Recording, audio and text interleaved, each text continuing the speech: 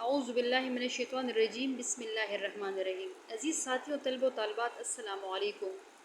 آج ہم جماعت نحم مطالعہ قرآن کا آغاز کریں گے، جس میں ہم سب سے پہلے سبق قصے حضرت زکریا علیہ السلام پڑھیں گے۔ سب سے پہلے ہم حضرت زکریا علیہ السلام کا تعارف بیان کریں گے، اور اس میں ساتھ ساتھ ہر پیراگراف کے ساتھ ہم شارٹ کویسچن اور MCQs کی بھی نشاندہی کرائیں گے۔ تو سب سے پہلے پیراگراف کو ہم شروع کرتے ہیں۔ قرآن حکیم میں 26 انبیاء کرام علیہ السلام کے ناموں کا ذکر کیا گیا ہے۔ یعنی ویسے تو اللہ تعالیٰ نے اس دنیا میں 1,24,000 کم و بیش پیغمبروں کو بھیجا ہے، لیکن اس میں صرف 26 انبیاء کرام کے ناموں کا ذکر قرآن پاک میں آیا ہے، اور زمانے کی ترتیب کے اعتبار سے حضرت عزیر علیہ السلام کے بعد حضرت زکریا علیہ السلام کا ذکر آیا ہے۔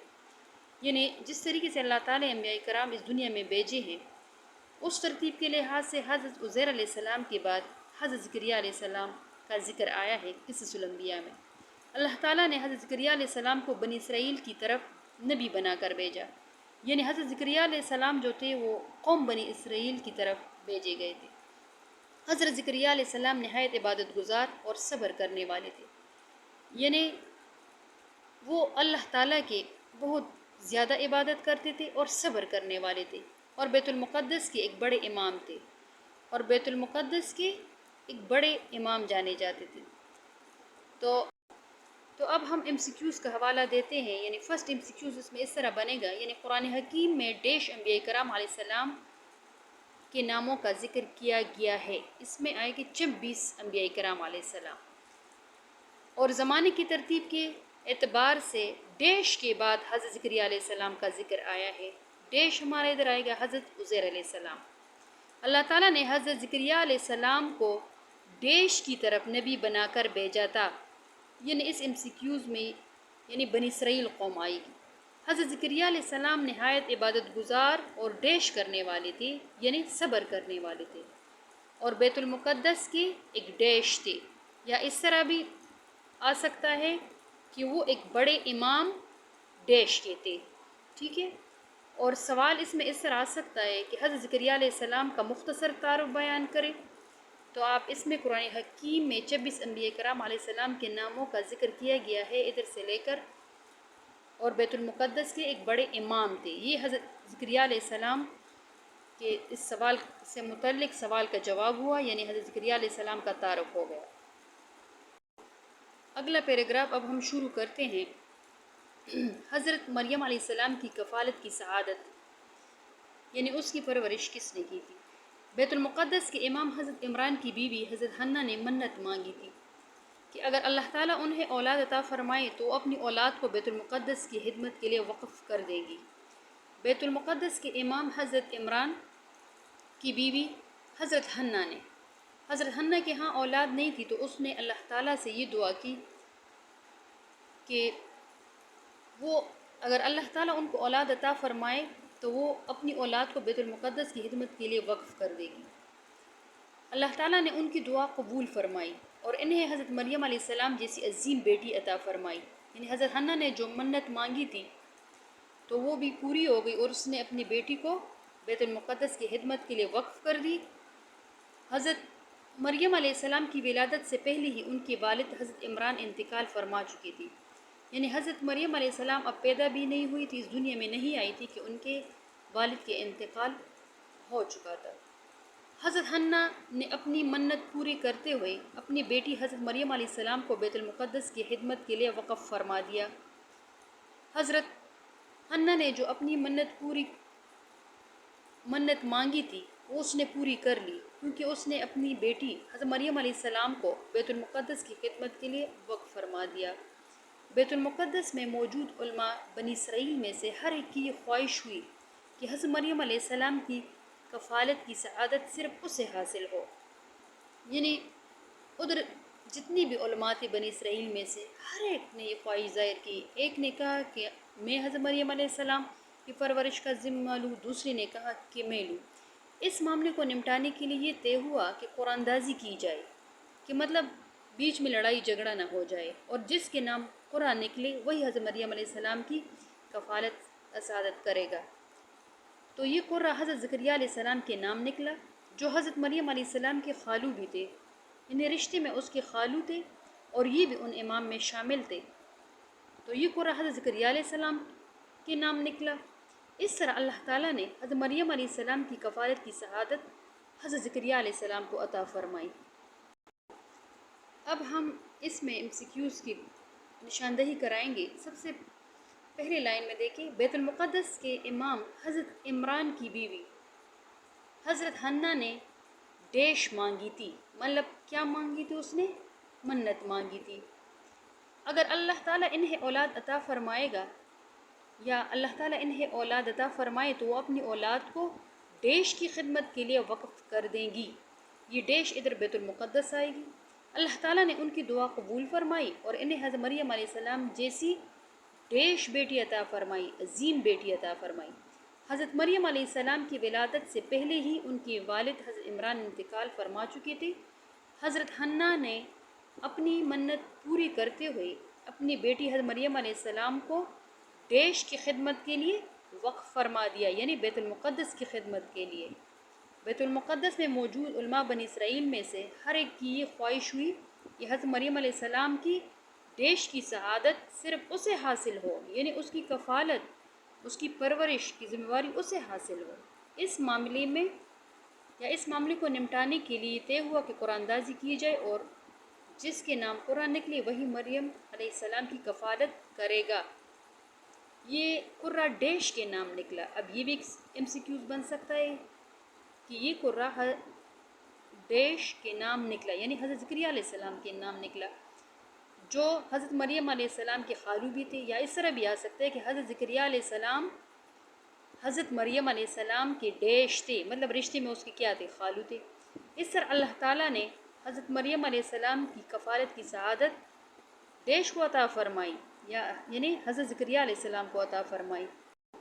اب اس میں سوال بھی بن سکتا ہے، مطلب اس طرح آ سکتا ہے کہ حضرت مریم علیہ السلام کی کفالت کی سعادت کس کو حاصل ہوئی تھی؟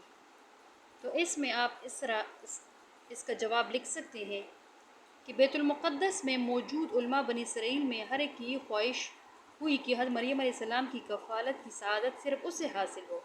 اس معاملے کو نمٹانے کے لیے یہ طے ہوا کہ قرآن اندازی کی جائے اور جس کے نام قرآن نکلے حضرت مریم علیہ السلام کی کفالت کرے گا۔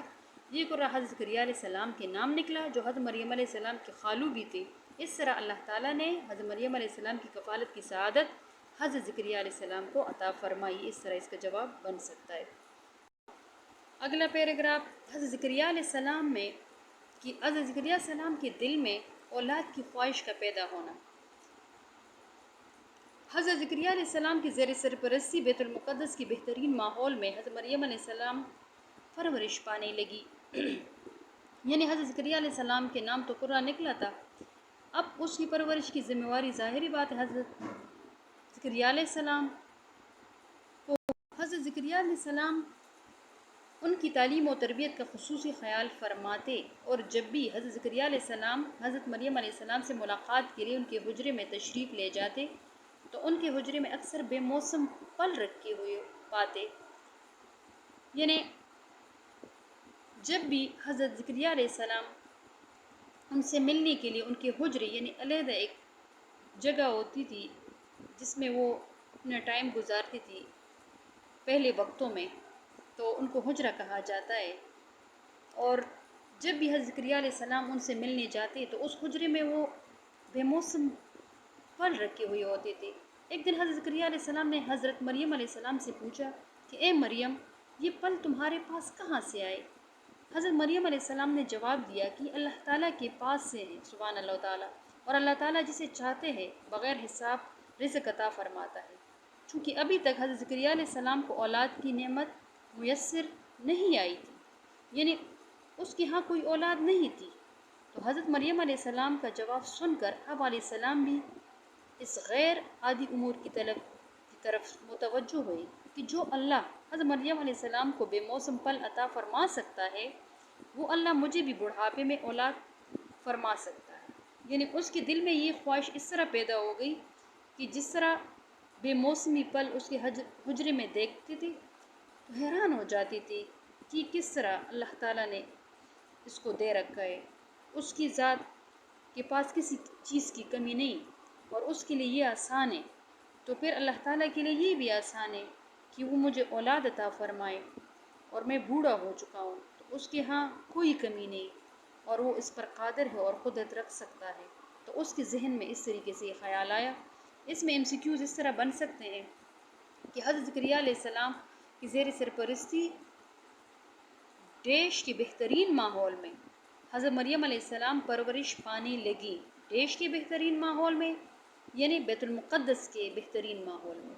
حضرت زکریا علیہ السلام ان کی تعلیم و تربیت کا خصوصی خیال فرماتے، اور حضرت زکریا علیہ السلام حضرت مریم علیہ السلام کی دیش کا خصوصی خیال فرماتی، یعنی اس کی تعلیم و تربیت کا۔ حضرت زکریا علیہ السلام حضرت مریم علیہ السلام سے ملاقات کے لیے ان کے دیش میں تشریف لے جاتی، یعنی ان کے حجرہ میں، تو ان کے حجرے میں اکثر بے موسم پھل رکھے ہوئے ہوتے تھے۔ تو یہ بھی آ سکتا ہے ایک کہ ان کے حجرے میں اکثر ڈیش رکھے ہوئے پاتے۔ کیا مطلب وہ رکھے ہوئے پاتے؟ بے موسم پھل۔ ایک دن حضرت زکریا علیہ السلام نے حضرت مریم علیہ السلام سے پوچھا کہ اے مریم، یہ پھل تمہارے پاس کہاں سے آئے؟ حضرت مریم علیہ السلام نے جواب دیا، اللہ کے پاس سے ہے، اللہ جسے چاہتا ہے ڈیش حساب رزق عطا فرماتا ہے، بغیر حساب رزق عطا فرماتا ہے۔ حضرت زکریا علیہ السلام کو اولاد کی نعمت میسر نہیں آئی تھی، حضرت زکریا علیہ السلام کو دیش کی نعمت میسر نہیں آئی تھی، یعنی اللہ تعالیٰ نے اس کو اولاد نہیں دی تھی۔ تو حضرت مریم علیہ السلام کا جواب سن کر آپ علیہ السلام بھی اس غیر عادی امور کی طرف متوجہ ہے کہ جو اللہ تعالیٰ حضرت مریم علیہ السلام کو بے موسم پھل عطا فرما سکتا ہے، وہ اللہ مجھے بھی بڑھاپے میں ڈیش عطا فرما سکتا ہے، اولاد عطا فرما سکتا ہے۔ اس میں سوال اس طرح بن سکتا ہے، تو ہم نے اہم MCQs کی نشاندہی کرائی۔ اب حضرت زکریا علیہ السلام کے دل میں اولاد کی خواہش کیسے پیدا ہوئی یا کیوں پیدا ہوئی، اس کا آپ ادھر سے جواب لے سکتے ہیں، اور آگے اس میں ایکسرسائز میں بھی ہے۔ اگلے پیراگراف میں حضرت زکریا علیہ السلام کی اللہ سے دعا کا ذکر ہے۔ اسی وقت اور اسی جگہ حضرت زکریا علیہ السلام نے اللہ تعالیٰ کو آہستہ آواز سے پکارا اور دعا مانگی، یعنی اللہ تعالیٰ سے حضرت زکریا علیہ السلام نے آہستہ آواز میں پکارا اور دعا مانگی کہ اے میرے رب، مجھے اپنے پاس سے نیک اولاد عطا فرما، یعنی اس نے اپنے رب سے دعا کی کہ مجھے نیک اولاد عطا فرما جو میری اور آل یعقوب علیہ السلام کے وارث بنے، یعنی وہ دنیاوی ساز و سامان کے وارث نہیں بنانا چاہ رہے تھے، وہ صرف نیک اولاد اس لیے مانگ رہے تھے کہ وہ اس کی آل یعنی یعقوب علیہ السلام کی وارث بنے، اور اللہ تعالیٰ کی دین کو پھر وہ آگے پھیلائے، اور اسے اپنا ایسا پسندیدہ بندہ بنا دے کہ وہ تجھے ہمیشہ خوب راضی رکھے۔ اور اس نے ساتھ یہ بھی دعا کی کہ اس کو ایسا پسندیدہ بندہ بنائے کہ وہ تجھے ہمیشہ خوب راضی رکھے، یعنی آپ کی اطاعت کرے اور آپ کی سنے، وہ کام کرے وہ جو آپ ان سے راضی ہو، مجھے اللہ تعالیٰ ایسی اولاد عطا فرمائے۔ اب اس میں سوال بھی بن سکتا ہے اور MCQs بھی۔ سب سے پہلے اس میں سوال اس طرح آ سکتا ہے کہ حضرت زکریا علیہ السلام نے اللہ تعالیٰ کو کس طریقے سے پکارا۔